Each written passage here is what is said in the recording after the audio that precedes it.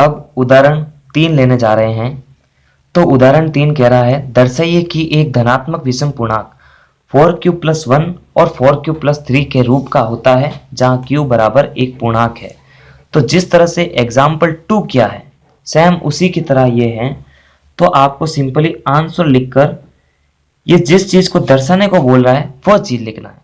ये कह रहा है कि दर्शाइए कि एक धनात्मक विषम पूर्णांक इसके रूप का होता है और इसके रूप का होता है। तो सबसे पहले उसको मानना है प्रश्न की शर्त के अनुसार अपने को एक धनात्मक विषम पूर्णांक चाहिए। तो माना कि वह धनात्मक विषम पूर्णांक, ये विषम पूर्णांक की बात कर रहा है यानी इसी क्वेश्चन की शर्त से।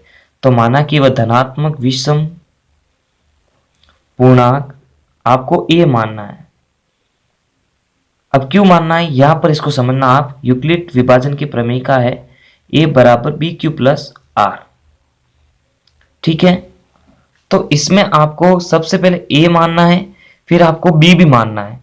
ए तो ये है तथा बी क्या है, तो बी क्या होता है देखो यहां पर बी क्यू, ऊपर आप क्वेश्चन में देखो 4q, तो यहां पर जब आप बी क्यू और 4q की तुलना कर रहे हैं तो जो q से इंटू हो रहे, देखो q से जो चीज इंटू है वो b की वैल्यू है।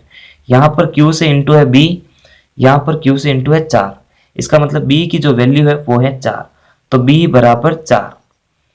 अब यूक्लिड की विभाजन की प्रमेय का यूज करके यानी उस रूल्स का यूज करके आप इस धनात्मक विषम पूर्णांक को यानी जो हमने माना है इसको 4q+1 और 4q+3 का बना सकते हैं। कैसे बना सकते हैं वो भी देखते हैं। तो यहाँ पर लिखते हैं यूक्लिड विभाजन प्रमेयिका का यूक्लिड विभाजन प्रमेयिका से यूक्लिड विभाजन प्रमेयिका है a बराबर बी क्यू प्लस आर। तो a तो हमने माना है, अब b क्या है यहाँ से 4 है और 4 है, 4q हो गया।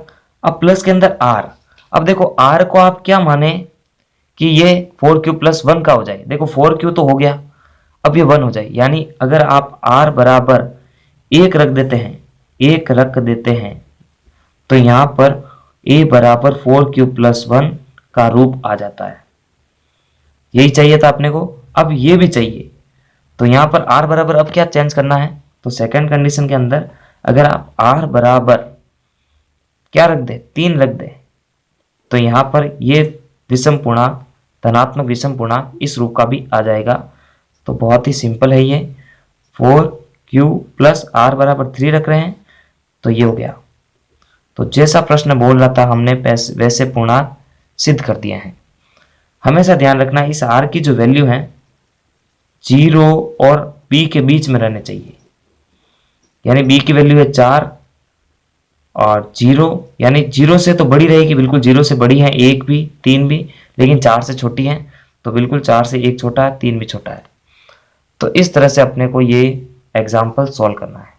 पूरे चैप्टर की प्लेलिस्ट की लिंक डिस्क्रिप्शन बॉक्स में दे रखी है, वहां पे जाकर सारे वीडियोस बैक टू बैक आप देख सकते हैं।